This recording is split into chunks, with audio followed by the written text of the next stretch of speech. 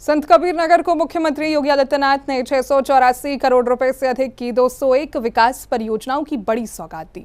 जिले के Kashiram sports stadium में आयोजित कार्यक्रम में मुख्यमंत्री ने विभिन्न परियोजनाओं का लोकार्पण और शिलान्यास किया। इन परियोजनाओं से जिले में सड़क, बिजली, शिक्षा, स्वास्थ्य और अन्य बुनियादी सुविधाओं को मजबूती मिलने की उम्मीद है। मुख्यमंत्री ने संत कबीर नगर में विकास प्राधिकरण की दिशा में कदम बढ़ाने के साथ ही मगहर की बंद पड़ी सूती मिल को फिर से शुरू कराने और बाबा बैजूनाथ मंदिर के जीर्णोद्धार की बात भी कही।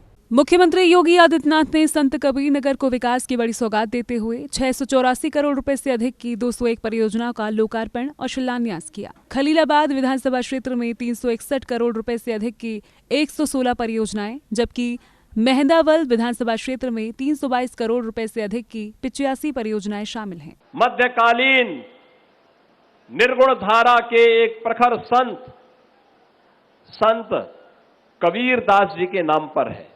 याद करिए, उन्होंने पाखंड के खिलाफ, जाति पाति के भेद को चौड़ा करने वालों पर कड़ा प्रहार किया था।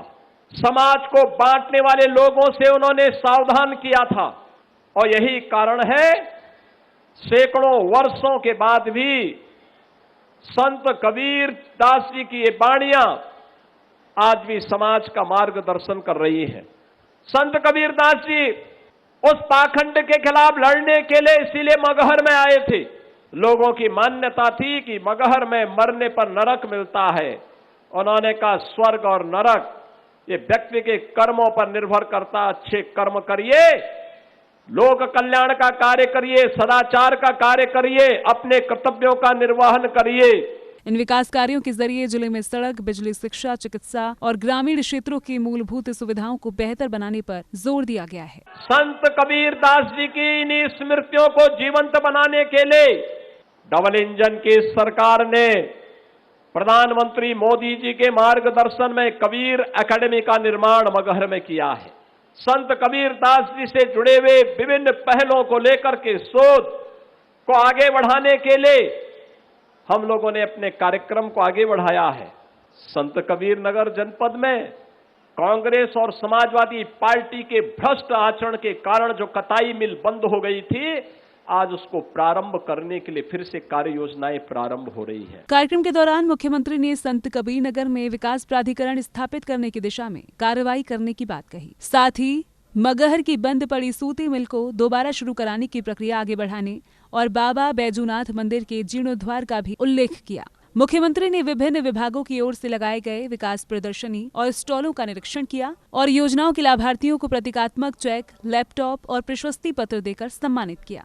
आज के नौजवान की जो हमारे पास डेमोग्राफिक डिविडेंड के रूप में 56 से 60% युवा जनशक्ति है, इसकी स्किलिंग के लिए कार्य किए जाने की आवश्यकता थी, जो डबल इंजन की भाजपा की सरकार ने आगे बढ़ाया है।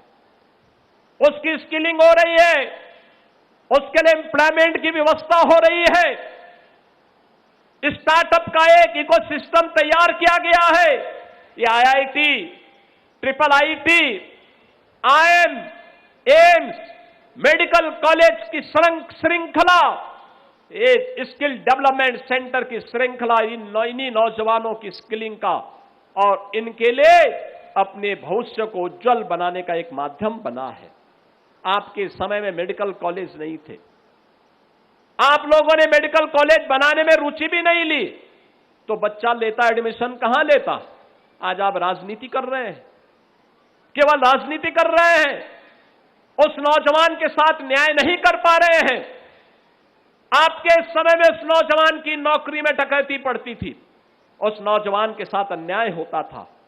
आज बहनों और भाइयों, हम लोगों ने तय कर रखा है, अगर नौजवान के भविष्य के साथ किसी व्यक्ति या संस्था ने खिलवाड़ किया तो उसकी पूरी संपत्ति जब्त कर लेंगे और खिलवाड़ करने वाले को आजीवन कारावास की सजा भी करवा देंगे। कार्यक्रम को संबोधित करते हुए प्रभारी मंत्री विजय लक्ष्मी गौतम ने कहा कि प्रदेश सरकार बिना किसी भेदभाव के गांव से लेकर शहर तक विकास कार्य करा रही है। वहीं जनप्रतिनिधियों ने भी जिले को मिली विकास परियोजनाओं के लिए मुख्यमंत्री का आभार व्यक्त किया। उनका कहना है कि इन परियोजनाओं से ग्रामीण क्षेत्रों में आवागमन, रोजगार और बुनियादी सुविधाओं को नई गति मिलेगी। कार्यक्रम के अंत में मुख्यमंत्री का जनप्रतिनिधियों और अधिकारियों ने स्मृति चिन्ह भेंट कर स्वागत किया। Bureau report.